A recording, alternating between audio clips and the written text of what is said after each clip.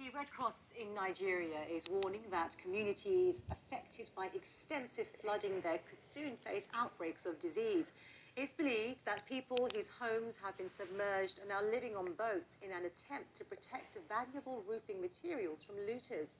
The state of Kogi in central Nigeria is one of the worst affected. Our West Africa correspondent Mayeni Jones is in its capital, Lokoja.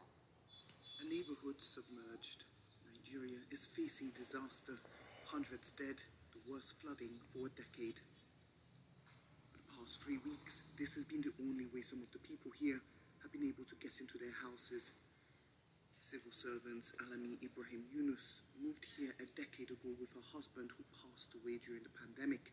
She now takes care of her 4 children on her own. You're doing very well. Yes. Take your time. When you think about the future and more flooding coming, how does it make you feel?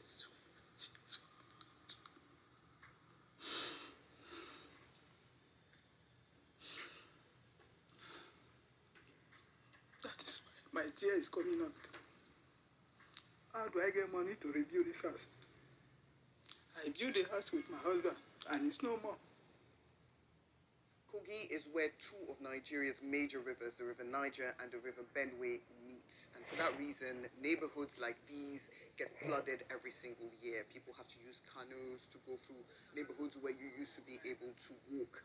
And many of the residents of this neighborhood say they haven't been able to go anywhere else. They simply can't afford to move.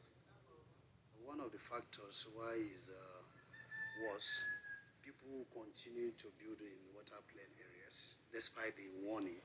Immediately after the flood resides, people goes back to the same place again and they continue to block water channels. Seasonal flooding in Africa's most populous country has many causes, including poor infrastructure and urban planning. But many people believe climate change is also making things dramatically worse. Many communities are short of food and fuel. With more rain expected over the coming weeks, the situation in Kogi State remains precarious. Mayeni Jones, BBC News, Lokoja. Have you ever been injured in a car accident that was... Now, more than 600 people are known to have died in Nigeria as a result of severe flooding, and meteorologists are warning the torrential rains will continue until at least the end of November. The government's urging the state authorities to evacuate those living in vulnerable areas as soon as possible. Wendy Urquhart reports. In the southeastern state of Anambra, the water is thigh-deep, and the only way out is by canoe. Some locals planted yams and cassava in the hope of getting through the rainy season unscathed. Others stocked up on sandbags to keep the water out, but the sheer brute force of the floods made that impossible.